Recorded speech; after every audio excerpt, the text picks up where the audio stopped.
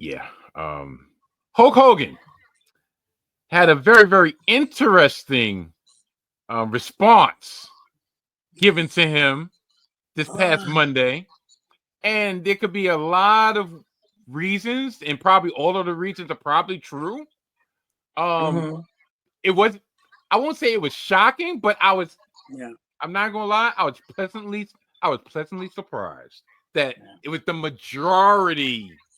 It wasn't just like a couple scattered boos here and there. Yeah. It was, get this motherfucker off my screen. He wasn't. Yeah, you know, he couldn't have came into LA with that. Can you pass my charger? My charger. Oh, sorry. You knew they weren't gonna let him out of LA with that. You knew they weren't.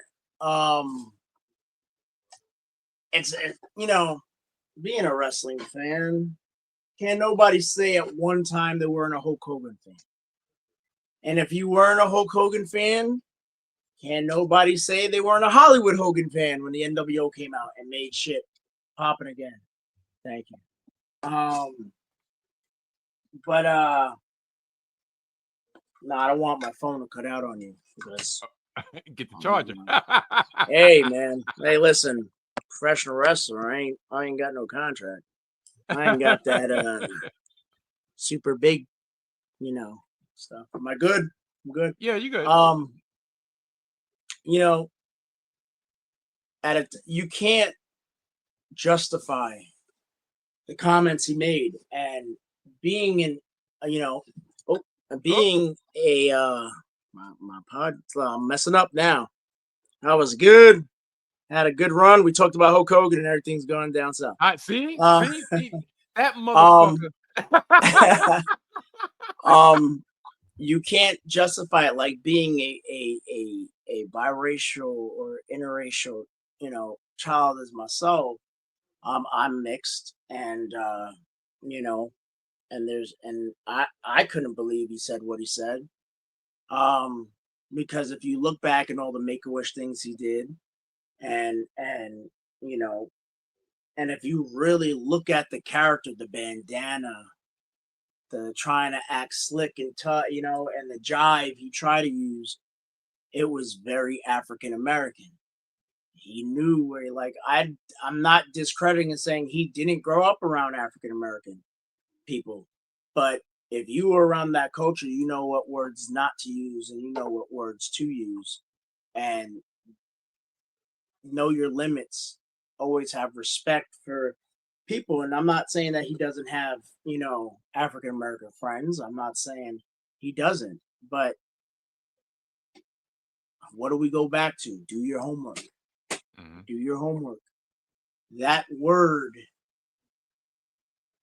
is, even for somebody who does have African American in his blood, like, there's times you don't use it. Sometimes it is hurtful when you're hearing it said to you.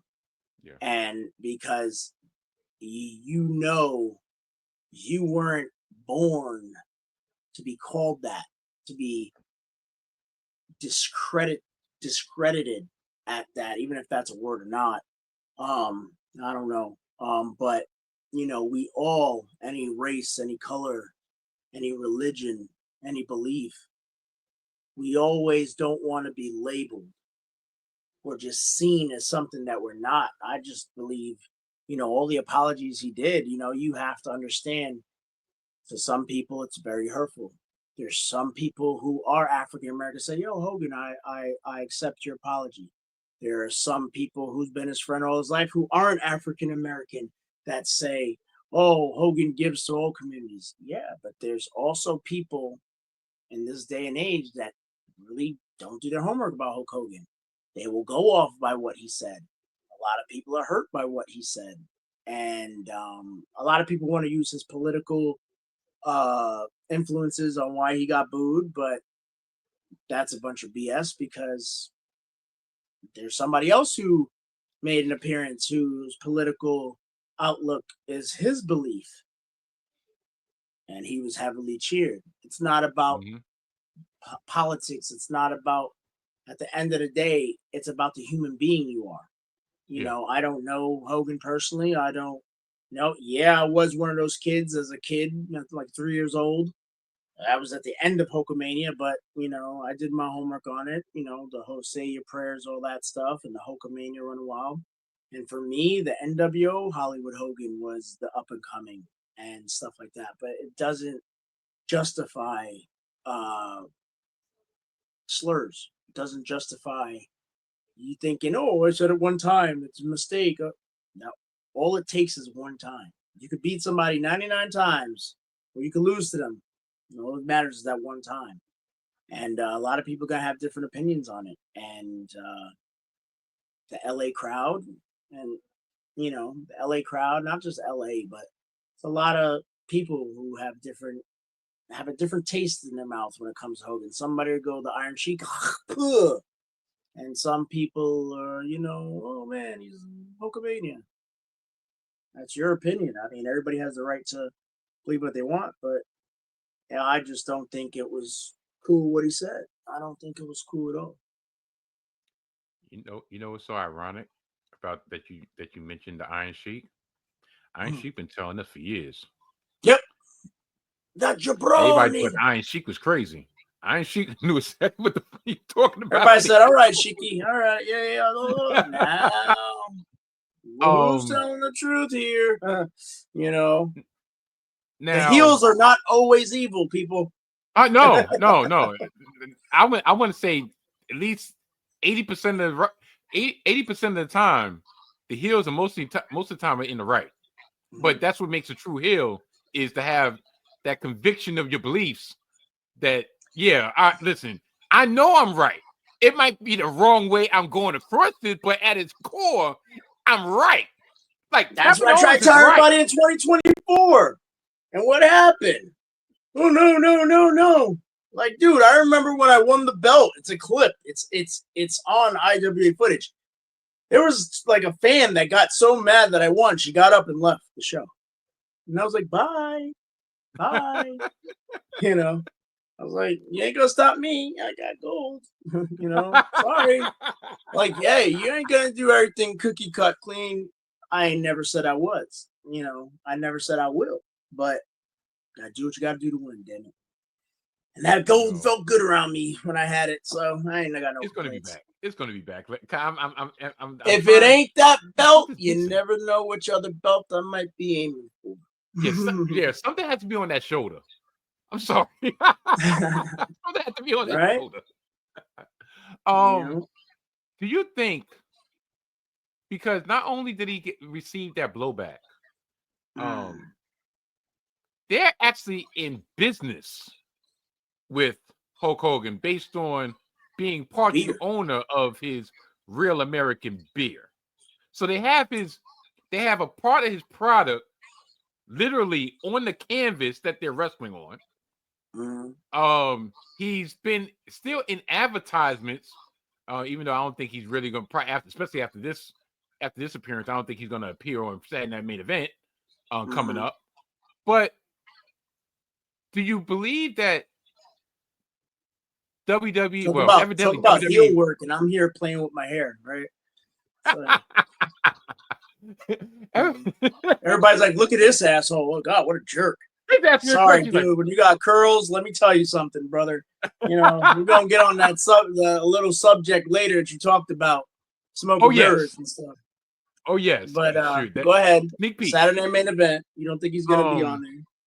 Yeah. Do you believe that some of this outrage should be directed at WWE also? Because not reading or not reading the energy, the audience, number one. Number two, they can't no more. They can't no more. Number two, poor Jimmy Hart. That's all I gotta say. Poor Jimmy Hart. yeah. But he's used to it. The 80s were he was the best, one of the best heel, managers. God bless him. Yeah, the Hart Foundation. But yeah, like where do you believe people are gonna land on WWE after this debacle that happened? Quote me again. But the right thing to do capitalize on it. Capitalize on it to the full effect. And you're like, what you mean by that? I'll break it down to you. 1996, they got tired of the red and yellow, right? For different reasons. Not because of racial slurs or anything like that, but they got tired of red and yellow. Yeah. They booed that man in WCW. You were a big NWA WCW fan. They booed that man, right? Yeah, he was from the opposition. Get out of here. Why you come down south for? Nobody wants that shit. Cool. Raw on Netflix. Same thing. Get out of here. Nobody wants that shit.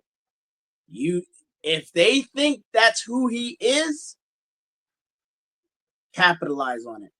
I would do a sit-down interview with somebody with Hulk Hogan on Saturday Night Main Event. Have Hulk Hogan bare his soul. I gave everything to this company, brother. I gave my all, brother. Trials and tribulations, brother. And these people booed me, brother. So these people can stick it, brother. Rips off the shirt with the NWO.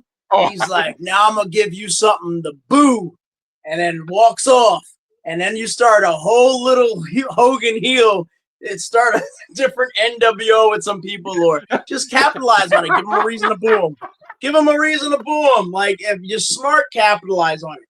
If you're smart, capitalize on it. I swear to God, people watching be like, oh, shit, that would work. I would watch Hogan be heel Hogan and come out to each and every town. To hell with you people.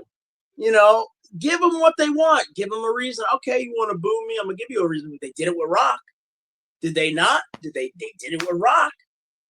You know, different scenarios. Take personal things out of it. They did it to Rock. When they got tired of Rock, they said, nah, we don't want this Rock. Rock came out with Versace, and you knew it was over. Called Arizona a bunch of meth heads and crack whores and shit. They hate the truth, but it is what it is. Never been to Arizona. Probably get lynched when I get there or something. Like, call those crack whores and crackheads and meth heads. How dare you long-haired little bastard. But you know, they did the same thing to Roman. Okay, tired of Romans? What they thought was him getting shoved down throat? Nah, man, they were just priming you for the best run of your life. They will prime you for the best run of your life. And then when they turn heel, but yo, what would be the irony? The man who everybody watched Saturday Night Main Event for is the man that tells everybody to go shove it. And he just goes on this tirade every time, every week, via satellite. Say, I'm too good to be on your TV, to be there live, but you could see me via satellite. And just start bashing everybody. Screw the little kids. Screw your parents. You know, and use his political beliefs in it too. Why not? You know, hey, there you go. That'll get some rating. That'll get people be like, this son of a bitch. I got you dying over there. You're like, whoa. I'm going to respond. and I'm going to respond. Right? There's multiple reasons why I'm dying right now. First and foremost, when you said he had to sit down and he tear off the red and yellow, and you started with the N, and I'm like, what? That's to get the people started, right? You know, that's number one. Like I'm like, bastard. Damn. I'm like, shoot, they could. But a new version of the NWO. But, oh man! See, you gotta get the shock value in there. Yeah, like I said, I'm gonna dance around this. People can read in between the lines, and y'all will have as much fun as I am right now. Oh man! But, number two, then you said you go to town, right? And you was like, yeah, I never liked you people. You know. Oh my God, that'll be on every damn internet outlet everywhere. Oh my goodness. What do you mean these you people? Oh, like which guy? Little tangent here, right? Like when I was growing up, right? Mm-hmm. My mom had a boyfriend, right? Mm-hmm. And he was an older Italian dude. Okay. Pretty much I always call him and I refer to him as Uncle Chuck. pretty much Uncle Chuck was my Santa Claus when I was growing up. Like, okay, yeah, like Uncle Chuck, Mr. Minetti, which called R.I.P. God bless. Like no, like Mr. Minetti really, really, really made me not understand my quote unquote class that I was in, right? Like, because he made my dreams come true to a certain degree, right? So that's why I say I'm like, but like I said, he was an old Italian dude, right? This is the 80s. So he was like maybe like his late 60s, early 70s in the 80s. Yeah. So you know what era he came from if he's that old in the 80s, right? Now, my mom, you know, my mom's very fair skin or what have you. And, you know, we would go to restaurants. It would be Mr. Minetti, or Uncle Chuck, my mom, and it would be me. And as you can see, you see my complexion. My mom was very, very fair. And yet, so they would look, hey, Mr. Minetti, how you doing? Hey, John, how's everything? Hey, how you doing? Yeah. And then look down at me, right? Yeah. So, long story short, we would go out to eat. And Uncle Chuck's favorite drink was a raw, right? So he had a limit. 3 raw, he was nice, cool, funny. 4 raw, all of a sudden he started getting a little slick with his mouth, as in not shit. And now it wasn't derogatory, but at the same time, just that phrase, you people, set you off.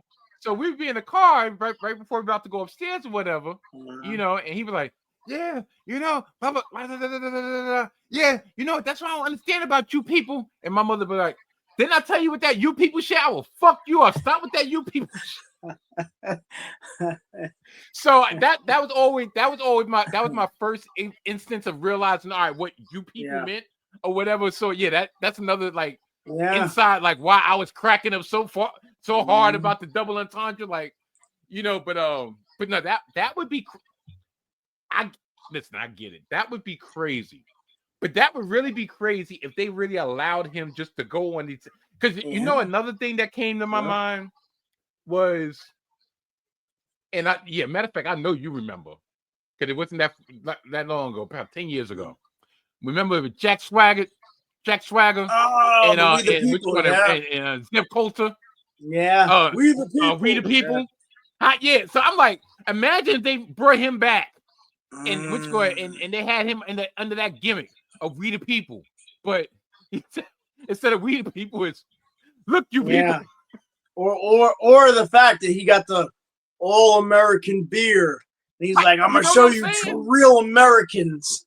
Because unfortunately, the American flag has become a symbol of a certain type of American, a certain type of belief, which is crazy, but that's neither here nor there. I'm not going to get into it that deep right now. It does, because anytime I'm walking in the neighborhood, like I went to the Poconos a couple months ago, and it's funny because I think I might have video, took a couple clips on Instagram, whatever, and I was walking, and all of a sudden I started spotting all these American flags, and I'm like, oh shit.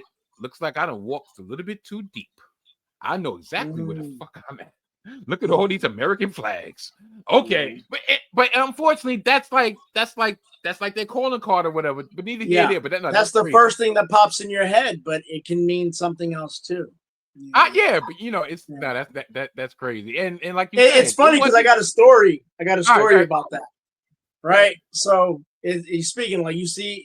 Automatically, you see somebody with American flag and think, oh, very patriotism, you know, the make America great again, people, you know, stuff like that. So I remember when I'm walking I'm bringing my kids to school, and there's always this one older white gentleman that always sees me going up the block, going to bring my kids to school. And he's always like, where's the twins? And he's, he fits the description, right? Okay. And this is why I always say, never judge a book by its cover. Because I didn't see it until I seen, the end result of this. So he has an American flag in his car, like in his window. He has an American flag standing outside of his house. And you think automatically, oh boy, okay, no problem. I don't want nobody, whatever their political views, respect whatever you like. I like what I like.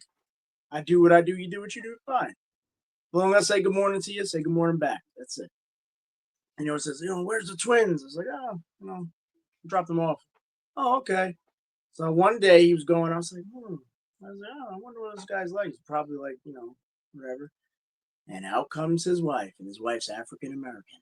And I'm like, never judge a book. And I tell everybody all the time, never judge a book by its cover. Some people love the flag because they love the country. They stand behind the integrity of it. Some people must have been military. Some people have been whatever. But if other people outside of me seeing just him with American flags, they would have thought, oh, he's that. Yeah, yeah. I was like, and I hit him for a roundup when I say, yeah, wife's African American. Say something now. See, I agree with, especially at, I'll just say my place of business. I've, cause I've been in my job for going on 22 years. So pretty much once you gain a reputation, or after a while, people just, you know each other, or you know of someone, but I've always took the tact of, while I hear about this person, I can only go based on my interaction with the person. Okay. Now through that interaction, maybe I can see like, okay, I can see where they're coming from, but my personal interaction with that person was a certain way, so I can't just paint them with a large swath. But Hulk Hogan, which one? But he's not off the hook on this one. To be serious for a minute, I really feel that he's way past his expiration date. I just think that in this day and time, with the amount of baggage that he has, that he has yet never really come to grips or even attempted to apologize for it sincerely. Yeah. That maybe it's just that time, like, you know what? You don't need to give him the platform no more. I'm not saying he doesn't have a right to earn the living. Look, we know he's one of the pillars, like we spoke about earlier. We know he's a fabric of the history of this company. But in 2025, what's his relevance really? His relevance is nil. Yeah, I mean, there's not many people that can say, okay, that can start up in professional wrestling. You're not going to see a 19-year-old or a 20-year-old say Hulk Hogan's the reason I got into professional wrestling. You're not, but I also think it's also the respect. Everybody's going to respect what he's done. If it wasn't for Hulk Hogan, we wouldn't have a mainstream wrestling outlet anywhere. Ric Flair, as great as he was, didn't put wrestling on the map like that. Yes, in regional territories, he did.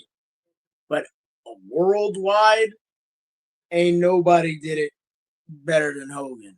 But I think that's why they bring him back. My point of view, after the debacle that happened at Netflix, and they finally seen, okay, we can't control this crowd, we can't tell them what to say, we can't mute them anymore. He should just do pre-recorded messages, keep himself relevant, do pre-recorded messages on like a anniversary show or something. Like at a WrestleMania, if they do a presentation to how they do all the big intros and WrestleMania and stuff. Yeah. Like if all those who are still around from his time and stuff like that. And I don't mean like, the early 90s. I mean from his time. Yeah. Do like a little video package, like a pre-recorded thing. And, everybody's going to know your name, see your name, pop up, do your homework. But do I think he belongs in front of a live crowd again? No, because you've seen him very heartbroken, but you see him accept why they were booing. But I think his ego,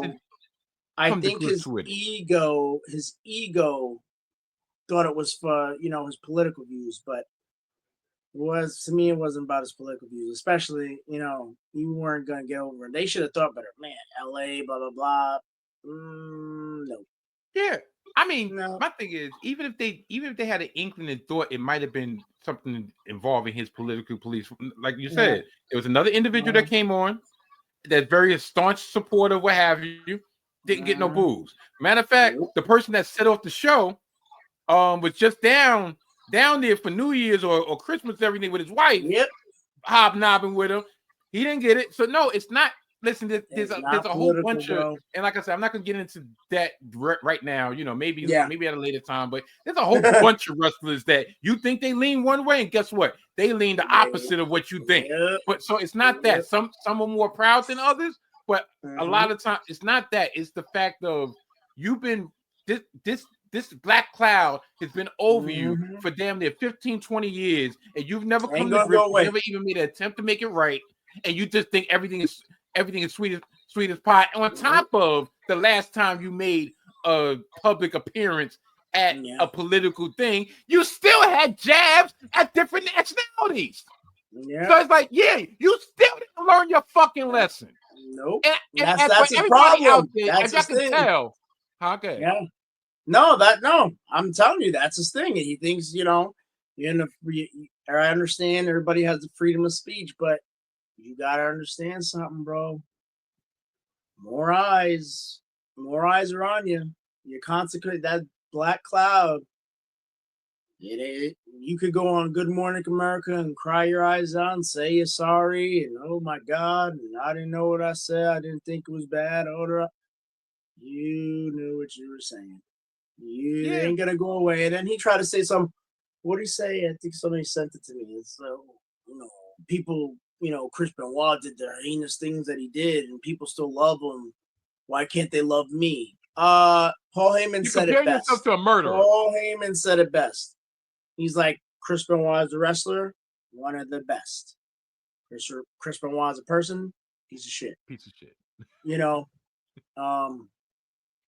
That's how it is. But stop using the.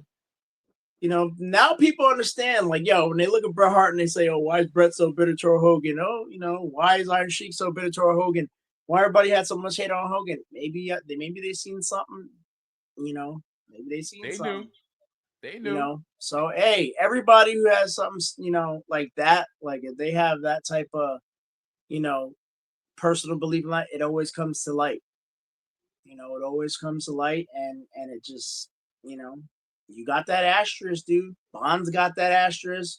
McGuire got that asterisk in baseball where you'll never get in a Hall of Fame or some shit like that.